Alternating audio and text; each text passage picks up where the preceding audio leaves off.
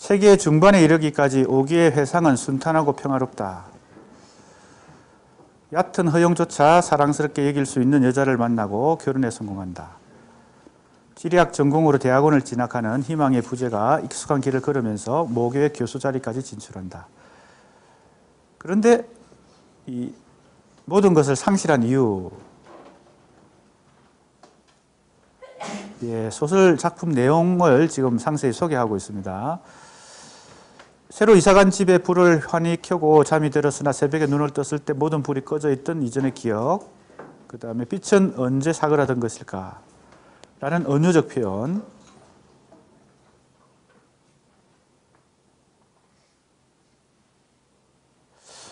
마지막 밑에서 둘째 줄, 오기가 운 좋게 얻었다고 적었던 자신의 성공은 여러 겉모술수를 이용하며 동료들을 밀어낸 결과였다.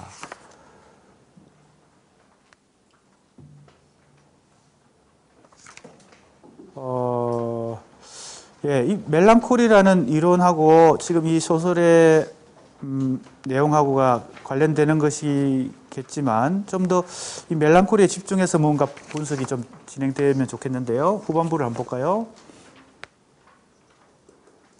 소설 줄거리가 전체적으로 소개되고 있고요. 조금 더 이제 이런 소설 줄거리를 포함해서 왜 이 작품이 멜랑콜리 이론을 가지고 해석하면 좋을까? 그리고 그 멜랑콜리에 대해서 개념을 가지고 좀 더 이 작품의 구체적인 분석과 해석 이렇게 더 전개되면 좋을 것 같은데요. 지금으로서는 조금 전체적인 내용, 줄거리가 압축적으로 전체적으로 이제 서술되고 있는 느낌을 받게 됩니다. 조금 더 이제 뭔가 이 개념을 가지고 작품을 분석했을 때 이 작품의 어떤 중요한 요소, 그죠? 특징 이런 걸 분석하고 해석할 수 있는 그런 과정이 좀 더 필요하겠죠.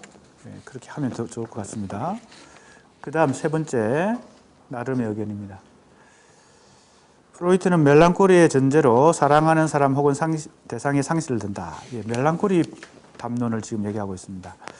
지적은 멜랑콜리의 주체가 사실 대상을 소유한 적이 없으며 원천적 결핍을 후천적 상실로 이해하는 기만적 태도를 보인다고 지적한다.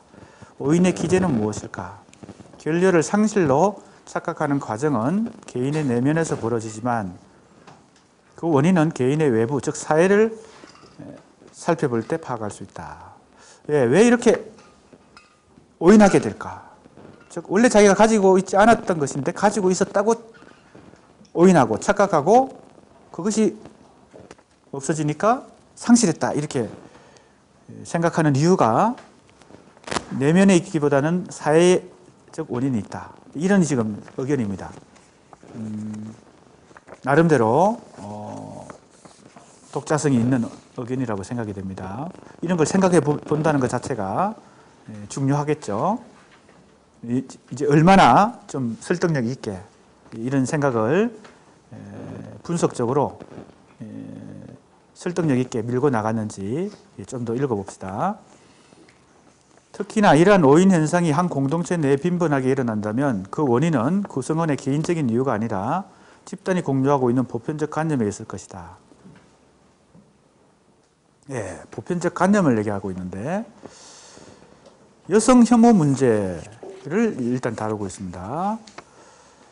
여성 혐오는 여성에게 가해진 폭력만을 의미하지 않고 가부장적 사회에서 나타나는 남성 우월주의, 여성의 성적 대상화 등을 포괄한다. 강남역 살인 사건으로 대표되는 여성 대상 묻지마 살인,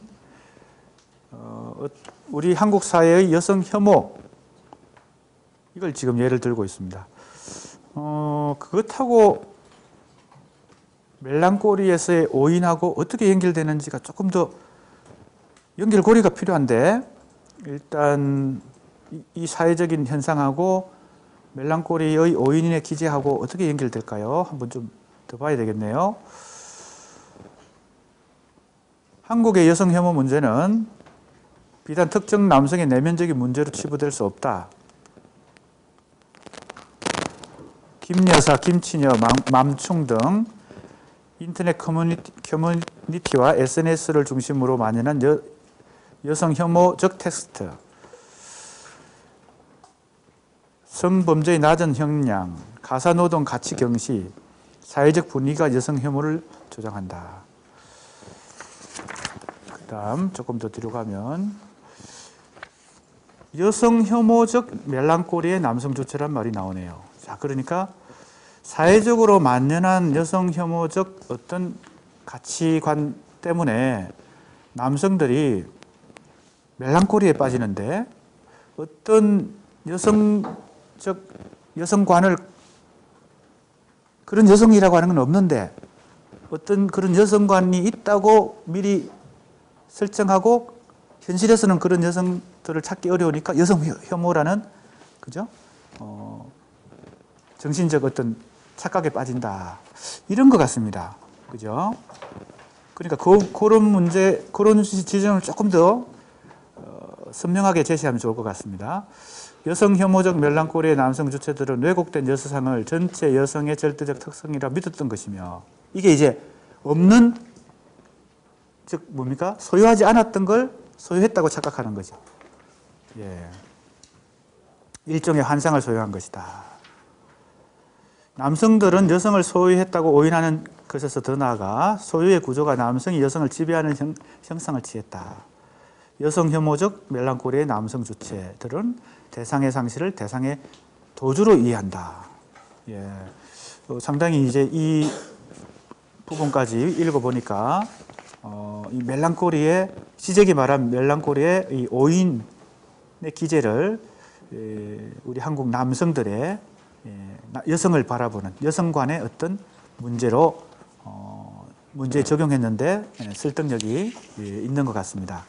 뭐 설득력이 어느 정도 있느냐 하는 것은 독자들이 읽는 사람들이 다 정도의 차이가 있을 수는 있겠지만 대체로 이렇게 해석해 볼 만하다 이런 생각이 드네요.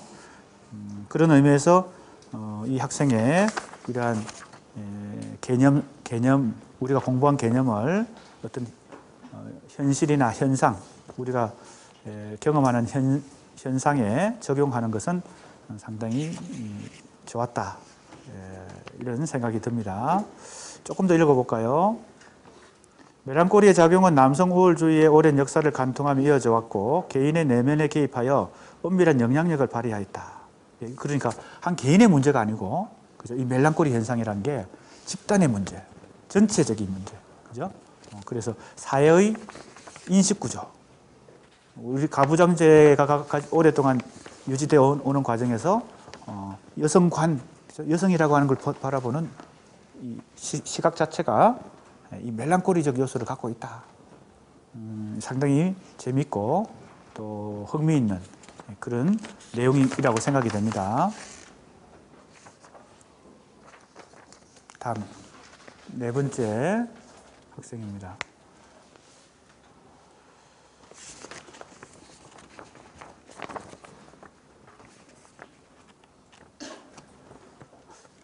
몇 편을 준비했죠? 7편. 7편요? 지금 3사람 했죠? 더 준비해도 될 뻔했는데 아무튼 준비되어 있는 데까지 할 수 있으면 하겠습니다. 더 꼼꼼히 읽어볼까요? 한 문장 한 문장? 아니면 이 정도로 해도 될까요? 네 번째 한번 살펴보겠습니다. 프로이트와 지제계의 멜랑콜리 분석, 바디오와 아감벤의 바울 담론, 가라타니 고진 비평은 우리가 살아가고 있는 세상을 새로운 관점에서 바라보고 분석할 수 있게 한다. 이 학생은 3가지 다 얘기하려고 하는 것 같은데요. 먼저 멜랑콜리 개념부터 살펴보면 단순히 우울증을 떠올리긴 하지만 그 속에 욕망의 대상과 주체 간의 역설적 관계를 담고 있고 복잡한 심리 과정을 거친다.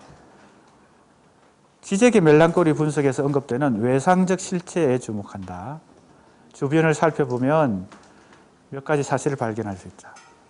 지적의 외상적 실제, 실체가 아니고 실제죠, 실제. 우선 우리는 문학 작품에서 영화 등의 예술 작품 속에서 외상적 실제를 발견하고 그 기저에 있는 대상의 본 모습에 대해 생각할 수 있다. 자신의 욕망 대상을 담아냄으로써 대상을 소유하고자 한다. 사회 구조적인 것일 수도, 경제적인 것일 수도, 정치적인 것일 수도 있다. 작품을 감상하는 수용자들은 사회, 경제, 정치 등의 맥락 속에서 작품을 바라보고 외상적 실제의 본 대상이 무엇인지 발견함으로써 작가로서 거리를 좁힐 수 있다. 작가와의 거리를 좁힐 수 있다.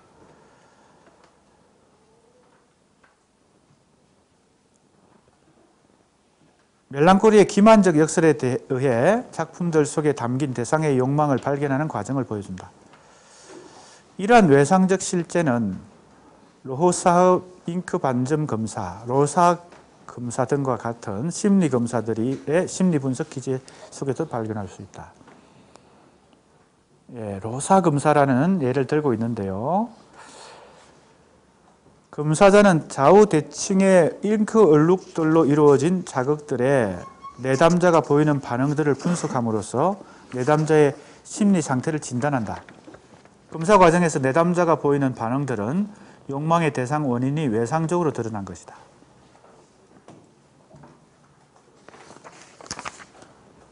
예, 이런 검사가 있나 보죠. 로사 검사라는 것이 있나 보죠. 예. 멜랑콜리의 주체인 내담자는, 예, 즉 멜랑콜리에 빠진 사람이 이 검사를 받는다는 얘기 같습니다. 욕망 대상의 상실과 결여를 혼돈하며 내면적으로 혼란을 겪는다. 내담자의 심리 상태가 외상적인 모습의 반응들로 발현되면 검사자는 멜랑콜리의 특성을 활용해 그것을 분석함으로써 그 속에 담긴 실제, 즉 내담자의 내면을 들여다보고자 한다. 예, 이거 상당히 구체적인 어떤 치료 방법인 것 같은데요. 이걸 어디 참고 도서 같은 데서 발견을 했는지 이런 특정한 검사에 대해서 어떻게 알았는지 궁금합니다. 물어보고 싶은데 누군지 알 수가 없어서 물어볼 수가 없네요. 본인은 알겠지. 지금 이게 자신의 발표란 걸 조금 더 읽어봅시다. MMPI, TAT 검사 등과 같은 심리 검사, 예, 심리 검사 얘기도 나옵니다. 굉장히 전문적인 개념들인데, 또한 내담자가 보인 반응을 통해 그 내면의 심리 원인을 진단한다는 점에서 같은 맥락이다. 로사 검사나 이 심리 검사들이 같은 맥락에서 이해될 수 있다.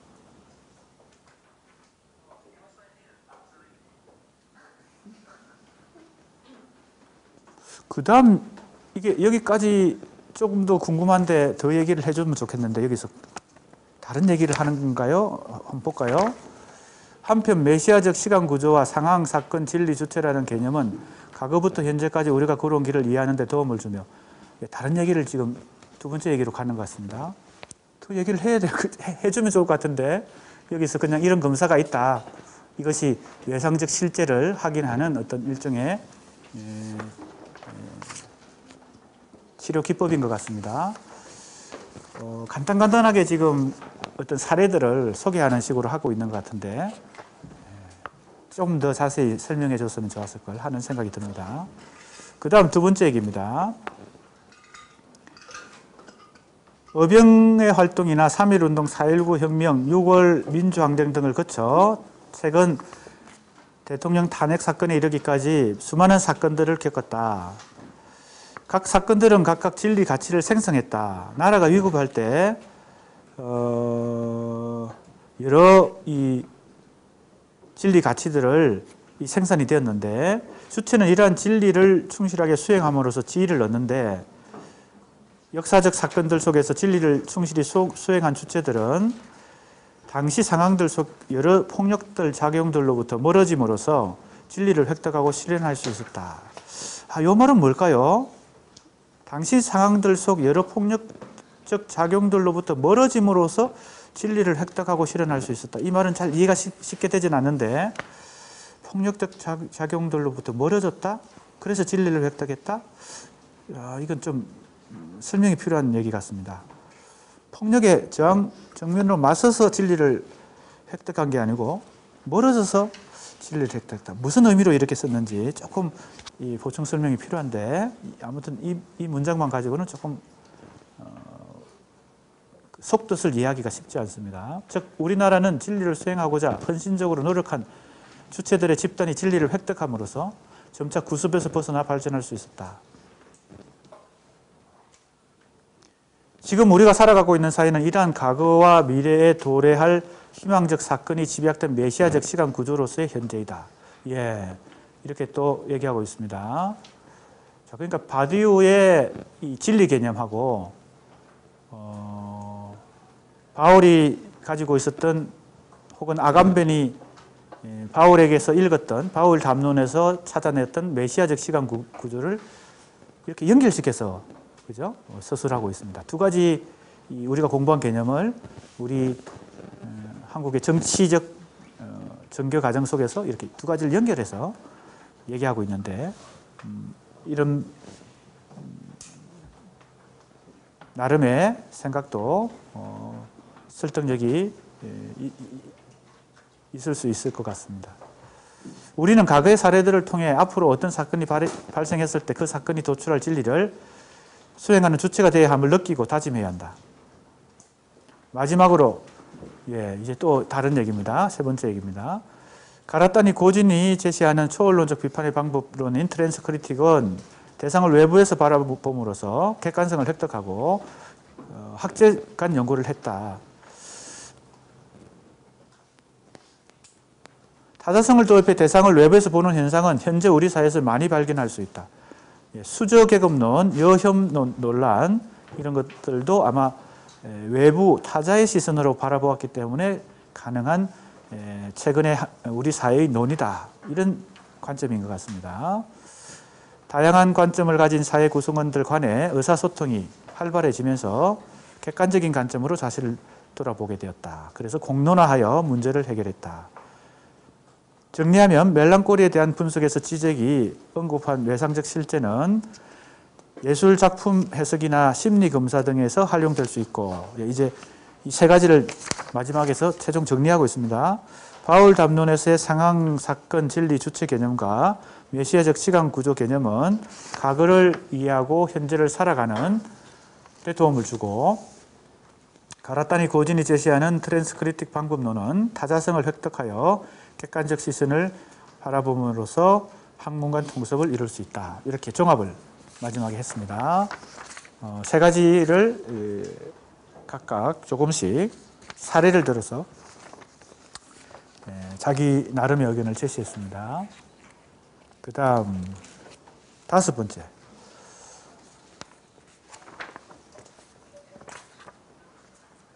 바디우는 보편주의적 관점에 근거하여 모든 형식적 구분을 초월하는 하나의 진리를 주장한다. 바디우는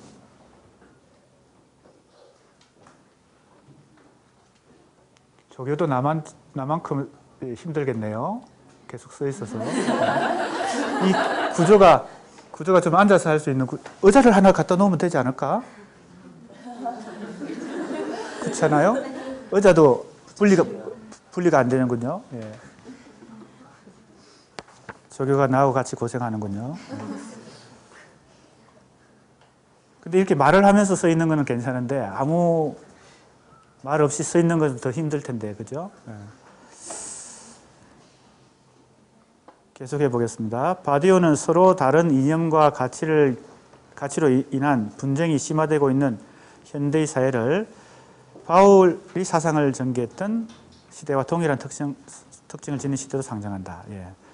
바울 시대나 우리 시대나 비슷하다고 보는 거죠. 바디오가. 현대는 다원주의로 인한 부작용을 경험한다. 다양성을 강조하고 존중하고 추구하는데 다른 사상, 가치관, 종교들을 인정하는 듯 하지만 그것으로 인해 갈등이 발생한다. 그래서 테러와 전쟁, 여기도 바로 종교적 신념에 의한 IS 문제를 언급하고 있습니다. 종교적 근본주의인데 다원주의 시대에 오히려 근본주의가 그죠? 기승을 부리는 아주 묘한 현상이 벌어지고 있다.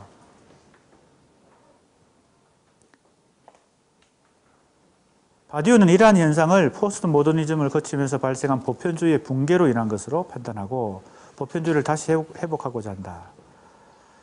하지만 바울의 사상을 통해 과연 해체된 현대의 세계를 하나의 보편주의로 직결시킬 수 있을지는 미지수다. 기독교 교리가 역설적이게도 타 종교와 민족들을 배척하는 배타적 특성을 강하게 지닌다는 점 역시 부정할 수 없는 사실이다. 성령이라는 보편 가치로 유대, 비유대, 율법, 비율법에 상이한 집단을 묶을 수는 있었지만 성령, 비성령의 또 다른 이분법적 구분이 발생하게 된다. 바디오가 성령 자체를 보편적 가치로 상정하는 것은 아니지만 바디오의 주장에 따라 어떤 보편적인 가치 체계를 인류적 차원에서 추구한다고 할 때 그 과정에서 과연 강제성이 발생하지 않을 것인지에 대한 보장은 있을 수 없다. 예, 그래서 이 강제성에다가 아버지의 담론이라고 표시를 해놨네요. 다원주의가 등장하게 된 배경 역시 간과할 수 없다. 정근대의 종교적 가치 혹은 이후의 이념적 가치 등에 비교해서 현대에는 보편주의적 가치의 추구가 이루어지지 않는 것이 분명하다. 대규모의 전쟁, 단일 가치에 대한 맹목적 신념에서 발생하는 소수자에 대한 폭력, 바디오의 보편 가치는 인류 전체를 공통적으로 묶을 수 있는 하나의 숭고한 가치를 도출하고자 한다. 하지만 이때 문화와 환경을 막론하고 인류 전체에게 공통적으로 적용 가능한 가치가 존재하는 것에 대해서는 더 많은 논의가 필요해 보인다. 예, 바디오가 추구하는 보편성보다 더 완벽한 보편성이 있어야 된다. 이런 주장인 것 같은데요. 이 학생의 이 나름의 의견은 문화와 환경을 막론하고 인류 전체에게 공통적으로 적용 가능한 가치에 대해서 논의가 더 필요하다. 뭐 이런 얘기인 것 같습니다. 지금은 당연하게 여겨지는 여성의 인권 같은 경우에도 과거에는 보편 가치로 적절하지 않은 것으로 여겨졌다. 개인적으로는 보편성이란 개념 자체에 독선, 폐쇄성, 폭력성의 뉘앙스가 내포되어 있다고 생각한다. 예. 그럼 이제 보편성이라고 하는 이 개념 자체의 문제점을 지금 이 학생은 지적하고 있는데, 그러면 바디오가 추구하는 보편성뿐만 아니고 일반적인 보편주의, 보편성 자체가 어떤 독선, 폐쇄성 이런 것들을 가지고 있다. 그럼 이 학생은 이제 자신의 대안은 무엇일까? 이게 궁금한데, 자신이 과연 어떤 것이 우리 사회에 바디오적 보편주의나 또 보편성의 개념 말고 무슨 개념으로 어떤 것으로 대안을 삼을까? 이게 좀 제시돼야 더 좋을 것 같은데, 비판은 지금 하고 있습니다. 바디오의 바울 담론에 대한 수업을 들으면서 현대사회의 다양성이 공존하면서 발생하는 문제를 꼭 그들을 보편성으로 묶는 방법을 통해 해결해야 하는가 하는 의문이 생겼다. 예, 이런 질문이나 의견, 그죠? 충분히 있을 수 있는 것 같습니다. 이제 이 학생은 더 이제 자기 생각을 발전시키면, 그럼 무엇이 이런 보편성 말고 다른 대안이 있을까? 이게 생각을 해봐야 되겠죠? 그래서 제시를 하는 것이 필요하겠죠? 예. 아무튼 이런 비판도 가능할 것 같습니다. 그 다음, 생각보다 10개쯤 준비했어도 될 뻔 했네요. 지금 보자. 몇 개 있나요? 2명 남았습니까? 네.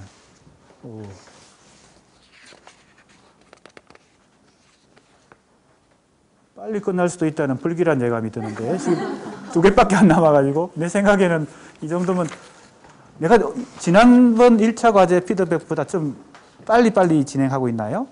그때는 한 번에 그때 다른 걸 좀 설명하고 이러느라고 시간을 많이 할애를 못해서 그렇군요. 내가 그걸 착각했네. 한 타임에 5개 정도로 피드백 한 것 같은데, 그래서 내가 넉넉하게 7개를 준비하라고 그랬는데, 그때는 아마 다른 설명을 좀 보충 설명을 하느라고, 오늘도 아까 코어 사업 설명을 했지만 그건 대체로 짧았는데, 아무튼 할 수 있는 데까지 해봅시다.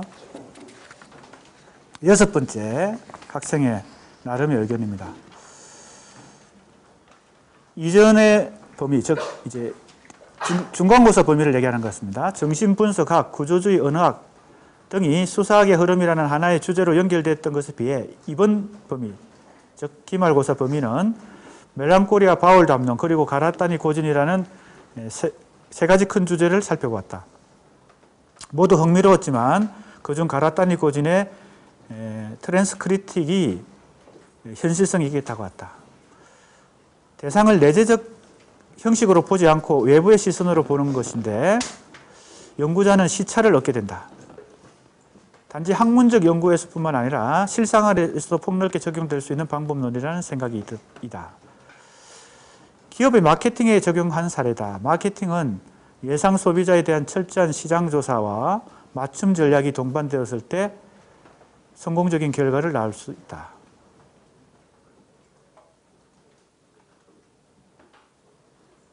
때로는 완전하지 못한 마케팅이 예상치 못한 성공적 결과를 수반하기도 하지만 우연히 성공을 위한 요소들이 맞아떨어진 것이라 할 수 있다. 잘못된 대상에게 잘못된 방식으로 시행하는 마케팅이 성공적인 결론을 내리기 만무하다. 어떻게 올바른 마케팅 전략을 수립할 수 있을까?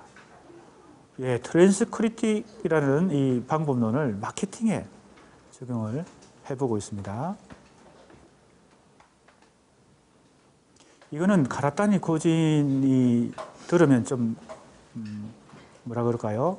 깜짝 놀랄 얘기 같은데, 왜냐하면 가라타니 고진은 기본적으로 마르크스주의고 소비자 운동을 하면서 이 자본주의 이 생산 구조를 붕괴시킬 이 목표도 가지고 있었지만 물론 실패했지만 소비자 운동 설명 한번 했죠. 남이라고 하는 소비자 운동. 자본주의의 이 상품 생산 구조가 생산에 초점을 맞추고 그것을 비판한 것이 마르크스였다면 이 가라타니 고진은 소비에서 이 자본주의 시스템을 붕괴시킬 수 있는 어떤 포인트를 찾을 수 있다고 생각했죠. 그런데 이제 그게 뭐라 그럴까요? 이상론에 그치고 말았죠. 뭐 예를 들면 이런 거죠. 소비자 운동을 통해서 불매 운동 같은 걸 하면 기업이 망할 수 있잖아요. 근데 그게 생각만큼 현실에서는 안 되는 거죠. 생산의 구조와 소비의 구조가 뭐 엄청나게 그죠? 이 자본주의 이 시스템 속에서 긴밀하게 정착되어 있으니까 이걸 아무리 흔들려고 해도 이 전체가 완강하게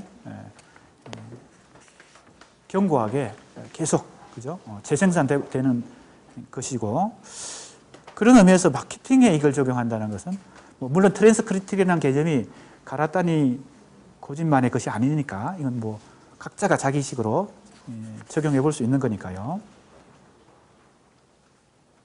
이때 필요한 것이 트랜스크리틱이다. 내재적 형식에서 벗어나 외부적 시선으로 마케팅의 효율성 여부를 살피는 것이다. 이 마케팅이 효율적인가 아닌가를 외부적 시선으로 살필 수 있다. 이런 얘기인 것 같습니다. 초월론적 방법론을 성공적으로 적용했을 때 기업의 마케팅 전략은 올바른 대상에게 알맞은 방법으로 전달할 수 있게 된다. 참신함과 독창성이 특히나 강조되는 분야인 만큼 기존의 형식주의를 벗어날 수 있게 하는 초월론적 방법론은 유용하게 적용될 수 있다. 최근에 인문학이 전통적인 인문학에서 이제 응용 인문학, 소위 말하는 뭐 현실적인 돌파구를 찾는 그런 뭐예요? 학문도 새롭게 좀 이렇게 확대되고 있는 것 같습니다. 우리 코어 사업단에서도 문화산업 뭐 이런 뭐예요? 모임이 있어요. 모임이라고 할까? 아까 뭐 랩이라고 그럴까? 이런 게 있어요. 그러니까 문학이나 인문학, 문학과 역사와 철학 이런 것을 그죠? 산업과 관련시키는 거죠. 이 학생의 지금 이 관점은 어느 정도 그 문화산업적인 마인드를 지금 가지고 이렇게 자기 의견을 제시하는 것 같습니다.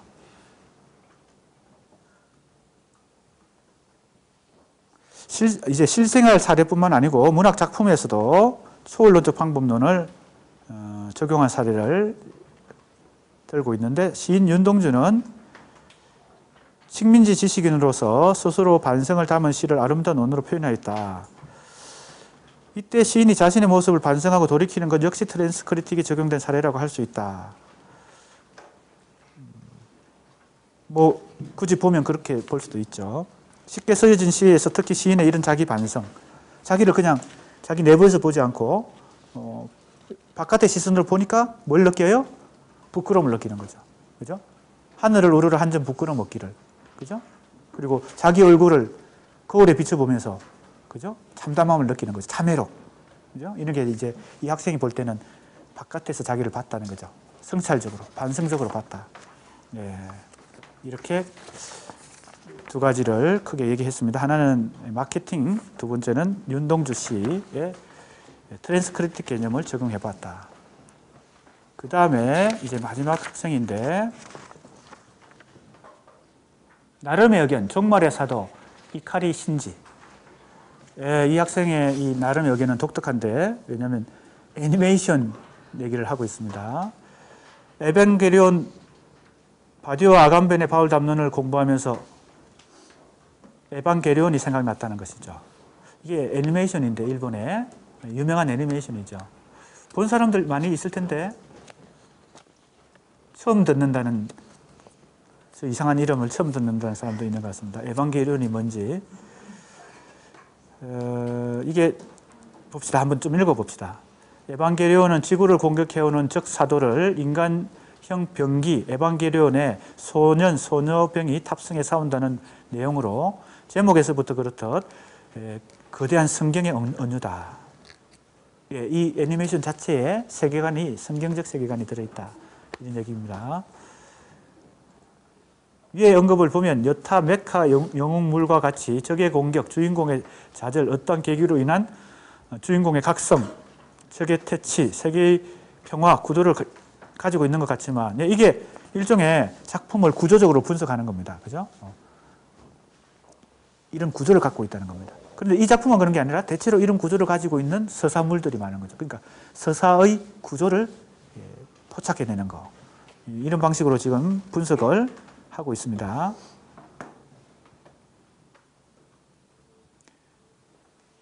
세컨드 임팩트로 파멸한 지구. 일본 제2도쿄시 중학교 2학년의 이카라 신지는 자신을 버린 아버지에 의해 급하게 호출을 받고 아버지가 속한 기구인 네르프에 도착하지만 호출의 이유는 단지 에반게리온에 타기 적합한 사람이었기 때문이다. 이 작품은 1990년 오타쿠 문화의 클라이막스의 서막을 올리는데, 이 나름의 의견을 쓴 학생도 에반게리온 오타쿠가 아닌가, 이런 생각이 살짝 드네요. 뭐 부정적으로 얘기하는 게 아닙니다. 그 이유는 핵심 내용이 단순히 지구 침략, 평화의 구도가 아니라 에바에 탑승한 소년, 소녀들의 심리 상태에 집중했기 때문이다. 심리 상태. 에반게리온 시리즈는 만화, TV, 애니메이션, 구극장판, 신극장판으로 나뉘는데, 특히 TV판 애니메이션은 주인공들의 심경의 가감한 연출, 여기 가로하고 고다르 영화 등 예술 영화에 대한 오마주. 이 학생은 이 영화에도 관심이 많은 것 같습니다. 그들이 마주하는 적들은 사도. 신지가 타고 있는 에바 초호기는 사실 신지의 어머니가 실임 도중 실패해 그 안에 영혼이 담겨 있다는 존재이다. 레이는 어머니의 복제 인간이다. 일본 애니메이션의 이 뭐라고 할까요? 계보를 잇고 있는 작품 중에 하나인데, 그 중에 또 공각기동대 이런 유명한 작품도 있죠. 어딘가 주제가 혹은 특성이 연결되는 부분도 있는 것 같습니다. 자, 조금 넘어갑시다. 이들이 생명을 만들기 위해서는 룽기누스의 창이라는 것이 필요한데, 릴리스가 지구와 충돌하며 룽기누스의 창이 우주로 날아갔고, 약간 반지의 제왕 같은 이런, 그죠? 환타지 소설적인 요소도 이 애니메이션에서 묻어 나오는 것 같습니다. 아무튼 이게 전체적인 내용을 전체적으로 소개하고 있는 차원인데, 아감벤의 바울 담론하고 어떻게 연결될지가 중요한데요. 이게 전체 내용을 계속 언급하고 있어서, 그 다음으로 넘어가 봅시다. 실은 그도 알고 보면 인간형 사도였다.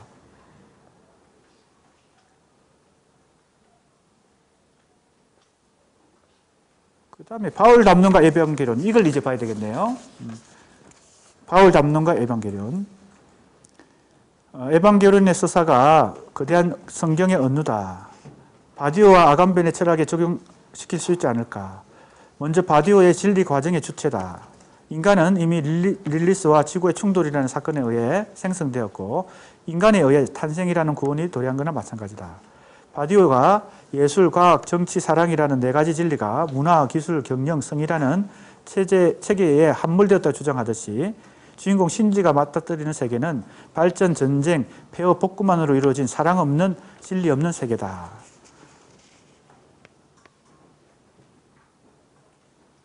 바울이 자신의 종교를 위해 다른 종교인을 박해하러 다마스쿠스로 가는 도중 예수의 부름을 받고 새로운 주체가 된 바울처럼, 여기 조금 문장이 이상하네요. 주어가 이상하게 겹쳐 있습니다. 신지 역시 인류를 위한다는 명목으로 서드 임팩트를 발생시키는 순간 신지의 눈앞에는 그가 타인과 마주했던 순간들이 주마등처럼 스쳐 지나간다. 예, 이 애니메이션 전체의 어떤 주제나 모티프들이 성경의 모티프를 많이 가져왔기 때문에 이 바울 담론에서 바디오가 바울 담론에서 발견했던 어떤 진리, 주체 이런 요소들을 확인할 수 있다고 지금 이 학생은 보고 있습니다.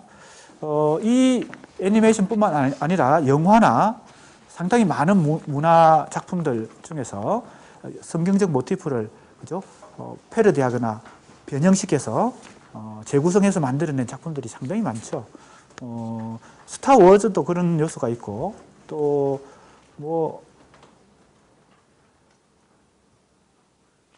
지금 얘기하고 있는 이 작품뿐만 아니라 많은 작품들이 그런 요소가 있을 것 같습니다. 그러나 신지는 그들이 원하는 구원의 순간에 자신이 원하는 선택을 한다. 보완하지 않고 부족한 존재임을 살아가는 것, 타인의 마음을 알지 못하고 벽을 넘어서지 못해도 마주하는 걸 선택한다. 비존재로서의 인간을 만든다. 비존재로서의 인간이라는 말을 쓰고 있습니다. 그래서 여기 보면 아들의 담론이 아니라 아들의 담론이고 알미 아닌 비존재로서의 인간을 만든다. 영혼과 몸이 구분되지 않는 사유와 인식의 차원에서 존재가 된다. 이러한 절대적인 긍정은 신지와 인류에게 사건으로 도래한다. 사건이라는 개념이 바디오적 개념이죠. 이런 구원의 영역에 속한다. 구원의 영역, 사건과 구원 이런 것들을 이 작품의 스토리에 지금 적용하고 있습니다. 이제 이번에는 아감벤 담론에 대해서 생각해 보자. 그러니까 이 애니메이션을 바울 담론, 바디오의 개념으로도 해석해 보고 아감벤 개념으로도 해석해 보고 지금 이렇게 하고 있습니다. 신지는 아감벤이 말한 남겨진 자에 속한다.